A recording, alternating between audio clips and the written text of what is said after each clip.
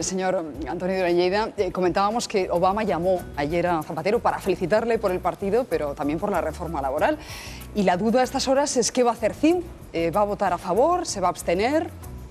Pues lo que no vamos a hacer es votar a favor, eso seguro. Y a las 11 tengo una reunión con las dos personas que han sido los ponentes y a los que han seguido este tema, que son Campuzano y Sánchez Llibre, y con el otro portavoz adjunto, Pere Masías, y vamos a decidir nuestra posición, ¿no? Pero insisto, no va a ser que sí, en cualquiera de los casos. Vamos también a esperar que se tramite como proyecto de ley. Entendemos que es una reforma mejorable, manifiestamente mejorable, si bien es cierto que a nuestro juicio y en contra del criterio de los partidos de izquierda, la aclaración de algunas causas objetivas nos parece haber un avance positivo, pero también es cierto que nosotros pretendíamos aproximar la negociación colectiva a la empresa, especialmente a la pequeña y mediana empresa. Pretendíamos hablar de absentismo laboral, que si en estos momentos no es el principal problema, sí España tiene la principal tasa de absentismo laboral. Pretendíamos también, y eso tampoco aparece en la reforma, ligar el subsidio de paro a políticas activas, por tanto a políticas de formación, para realmente poder hablar de capacidad de encontrar trabajo quien no lo tiene y además un trabajo de calidad, y otros aspectos que no están contemplados en el Real Decreto Ley o que si lo están, a nuestro juicio, no garantizan jurídicamente suficiente aquello que debe, para mí, ser lo básico de una reforma laboral, que es transmitir confianza. La reforma laboral en sí misma, siempre lo he dicho, no va a generar empleo, de la misma manera que el mercado laboral no es el responsable de la crisis, pero evidentemente España tiene una anomalía. Si en tiempos de bonanza incluso tenía una media de paro por encima del doble de la europea, aquí hay un problema a resolver, y crearemos empleo en la medida que estimulemos al crecimiento económico, demos a las empresas facilidades para crear empleo y ayudemos realmente a que se genere ocupación, y en ese sentido es la única manera de asegurar creación de puestos. ¿No van a votar que sí? Tampoco van a votar que no.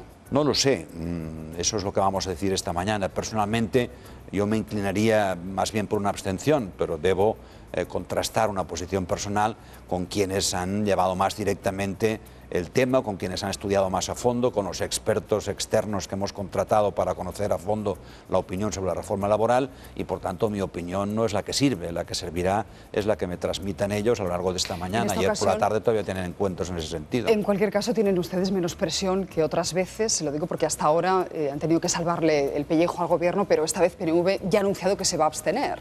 Bueno, salvamos en una ocasión al gobierno, evidentemente, en las medidas de reducción del gasto público, ¿no? Yo creo que la ciudadanía, en la medida que ha transcurrido el tiempo y ha visto y ha leído las noticias económicas sobre España, se ha dado cuenta de que aquello era necesario, sin compartir algunas partes del contenido de esas medidas de rebaja del déficit público, y por supuesto sin dejar de incidir en algo que nos parece fundamental, y es de que rebajar simplemente el déficit público mediante la rebaja del gasto no es suficiente, es más, retrae el crecimiento de nuestra economía. Lo que hay que hacer es medidas de impulso para el crecimiento, que pasan básicamente por la creación de empleo. Para mí esa es la palabra clave. Nosotros proponíamos a muy corto plazo premiar a aquellas empresas que mantienen o crean empleo mediante una rebaja puntual de cuotas de seguridad social. Nosotros proponemos, por ejemplo, que los beneficios que no se reparten, sino que se reinvierten y que permiten crear músculo a la empresa, capitalizarla, tengan un trato fiscal distinto. Hemos propuesto un plan de internacionalización porque creo que en el sector exterior está la clave en el futuro de nuestra economía. Eso es lo que habría que hacer, no simplemente disminuir el déficit público a través de gastar menos, sino también a través de gastar más y en la medida de ingresar más, y a la medida que alguien que está desocupado deja de cobrar el subsidio de paro y además entra en el circuito de la actividad económica, aporta ingresos mediante IRPF, mediante IVA, y por supuesto el crecimiento del consumo también permitiría que las empresas produjeran más y aportaran más al Estado mediante impuestos de sociedades. Le iba a preguntar qué aspectos de la reforma a usted no le gustan, qué critica, pero de alguna manera ya me ha respondido a eso, por tanto os cedo la palabra a vosotros. Sí, el ministro Corbacho ha dicho que se pueden crear más de 2 millones de contratos indefinidos a partir de ahora. Parece evidente que una reforma laboral no es una solución, pero es que hasta ahora se estaba diciendo insistentemente que España tenía que tomar medidas de ajuste muy serio, medidas de ahorro económico, medidas de adelgazamiento del sistema, digamos, político español, y esta también del mercado laboral. De manera, la pregunta es, ¿cree usted que a partir de ahora estamos en mejores condiciones para crear puestos de trabajo y que si este dato, unido a otros, nos hace abrigar alguna cierta esperanza de que las cosas van a ir mejor a partir de ahora? La reforma laboral era imprescindible, necesaria pero no suficiente. y ojalá se hubiera hecho antes, ojalá se hubiera hecho en tiempos de bonanza. Y ojalá el Gobierno hubiese tenido la capacidad, que a mi juicio le ha faltado al presidente del Gobierno, de liderazgo para que del diálogo social aprovecháramos la oportunidad histórica y hubiese salido una reforma laboral concordada con sindicatos y patronal. Eso no ha sido posible.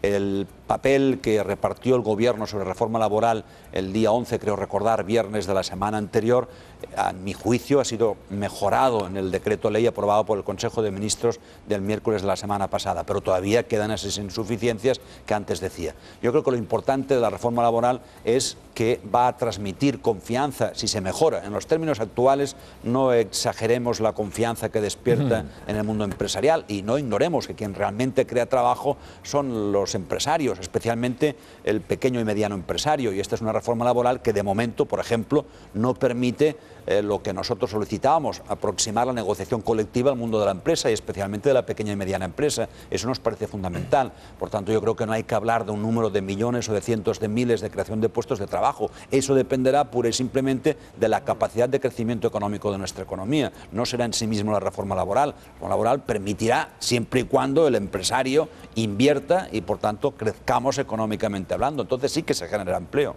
Pero yo no quiero ser aguafiestas, pero en el proceso legislativo las leyes pueden mejorar las cosas, pueden dejarlas igual, pero también las pueden empeorar. Entonces, en ese sentido yo le quiero hacer una pregunta. ¿Había el peligro de que el Gobierno, para resolver, digamos, la cuestión de la contratación fija, castigara la contratación temporal para, digamos, desincentivarla? ¿Usted cómo ve este problema? Nosotros no estamos de acuerdo en penalizar la situación temporal, lo que no es una contradicción con el deseo de acabar con la actual dualidad de contratos temporales excesivos y de contratos indefinidos con derechos muy distintos.